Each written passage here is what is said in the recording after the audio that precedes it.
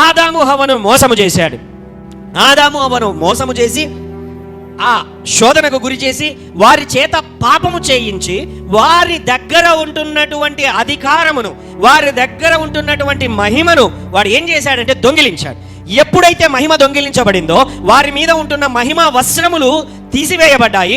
ఎప్పుడైతే మహిమ వస్త్రములు తీసివేయబడ్డాయో వారికి అప్పుడు తెలిసింది ఏంటంటే మేము దిగంబరులము. ఏమున్నది? మేము దిగంబరులము, వస్త్రము లేని వారమని చెప్పి వారు పోయి దాక్కున్నారు. అధికారం కోల్పోయారు, మహిమ వెళ్ళిపోయింది. అంత మాత్రమే కాదు, ప్యాకేజీగా వారు చేసినటువంటి తప్పు వలన, పొరపాటు వలన, పాపం వలన అధికారం అనేది సాతాను దగ్గరికి ట్రాన్స్ఫర్ అయిపోయింది. సాతాను చేతుల్లోనికి పెట్టేశారు. అయితే దేవుడు వచ్చినప్పుడు ఏం జరిగిందంటే, దేవుడు వచ్చినప్పుడు వారు చేసినటువంటి పాపమునకు ప్రతిగా ఫలము, పాపమునకు శిక్షగా శాపము వారి మీదకి వచ్చినది. శాపం ఇచ్చినటువంటి వాడు సాతాను కాదు, గమనించండి. శపించగలిగిన అధికారము సాతానుకు లేదు. అలాగా ఉన్నట్లయితే ఈరోజు నువ్వు నేను ఇక్కడ కూర్చునే వారమే కాదు. ప్రతి ఒక్కరిని వాడు రోజు శపిస్తూనే ఉంటాడు, వాడు శాపం రోజు విడుదల చేస్తూనే ఉంటాడు. ఎవరిని శపించడానికి నువ్వు నాశనం అయిపోవదు గాక, నీకు రోగము కలుగును గాక అని శపించడానికి వానికి అధికారం లేదు. ఎక్కడైనా సరే, బైబిల్లో ఎక్కడ చెప్పబడలేదు. హల్లెలూయా.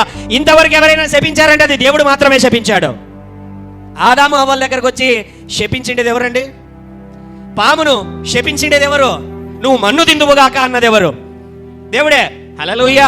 అవ్వతో అన్నాడు, నీ యొక్క గర్భమును, ప్రసవ వేదనను నేను అధికము చేస్తాను, నీ యొక్క భర్త ఎడల నీకు వాంఛ కలుగును అనేటువంటిది ఎవరు శపించారు? హల్లెలూయా. ఎవరు? అధికారము లేకపోతే మహిమ దొంగిలించిన వాడు సాతాను.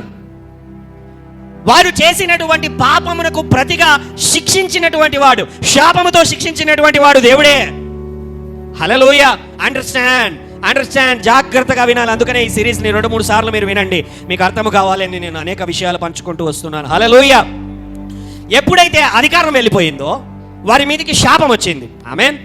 శాపం వచ్చింది. ఇప్పుడు ఇది కొనసాగుతున్నది, మానవాళి పైన కొనసాగుతూనే ఉంటుంది. హల్లెలూయా. కొనసాగుతూనే, ఎప్పటి వరకు కొనసాగుతుందో తెలుసా? ఈ భూమి నాశనం అయ్యేంత వరకు కొనసాగుతూనే ఉంటుంది. శాపము కొనసాగుతూనే ఉంటుంది. అధికారము కోల్పోవడం అనేది జరుగుతూనే ఉన్నది. హల్లెలూయా. కానీ ఒక చోటికి వెళ్దాం, మీకు వివరించడానికి నేను తీసుకొని వస్తున్నా. లూకా సువార్త 4వ అధ్యాయము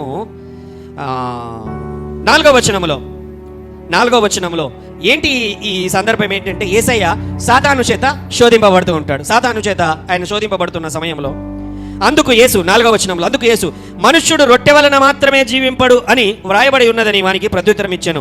అప్పుడు అపవాది ఆయనను తీసుకొని పోయి భూలోక రాజ్యములన్నింటినీ ఒక్క నిమిషములో ఆయనకు చూపించి, ఏముంటున్నది?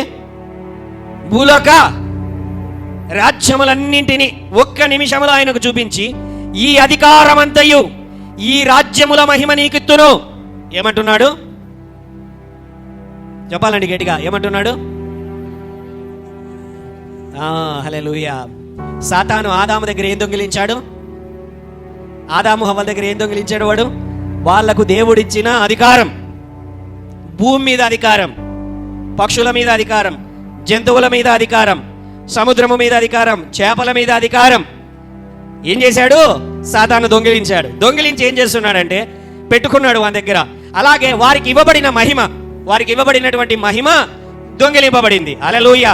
ఇప్పుడు సాతాను వచ్చి ఏం చేస్తున్నాడంటే యేసయ్య దగ్గరికి మెల్లగా వచ్చి, నువ్వు దేవుని కుమారుడు అంటావు కదా, నువ్వు అదిగో ఆడ యోర్దాను నదిలో నువ్వు తిరిగి బయటికి రాగానే, ఇదిగో ఈయన నా ప్రియ కుమారుడు, ఈయన యందు నేను ఆనందించుచున్నాను అని బాగా గట్టిగా స్వరం వినపడింది. మాకు కూడా వినపడిందిలే. ఏమి?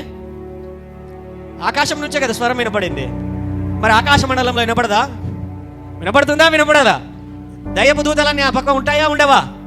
ఒకవేళ సాతాను ఒకవేళ నిద్రపోతూ ఉన్నా కూడా లేపి మళ్ళీ ఇదిగో స్వరం వినపడింది, ఇదిగో ఈయన యోర్దాను నదిలో నుంచి బయటికి రాగానే. హల్లెలూయా. ఆల్రెడీ దేవదూతలు ఆయన పుట్టినప్పుడు ఆ దేవదూతలు వచ్చి ఆయన పుట్టాడు అని చెప్పి కళలు వచ్చాయి. కళలు వానికి అర్థం కాకపోయినా ఆ గొర్రెల కాచుకునే వారి దగ్గరకు వచ్చాడు కదా. దేవదూతలు వచ్చి చెప్తే దేవదూతలందరూ ఆ గొర్రెలు కాచుకునేటువంటి వాళ్ళందరూ వెళ్ళి చూచారు. అవునా కదా? హల్లెలూయా. మళ్ళీ యోర్దాను నదిలో నుంచి బయటికి రాగానే ఆయన అంతవరకు సైలెంట్గా ఉన్నటువంటి ఆయన వెంటనే ఆకాశం నుండి ఎప్పుడు ఆయన స్వరం వచ్చిందా? ఎప్పుడు రాలేదే. ఆయన వచ్చినప్పుడే వచ్చింది. హల్లెలూయా. అంత మాత్రమే కాదు, పావురం వాలింది కదా, ఏదో స్పెషల్ ఉంది. ఏమే జీసస్లో ఏదో స్పెషల్ ఉంది. హల్లెలూయా. అదిగాక కుమారుడు అంటున్నాడు.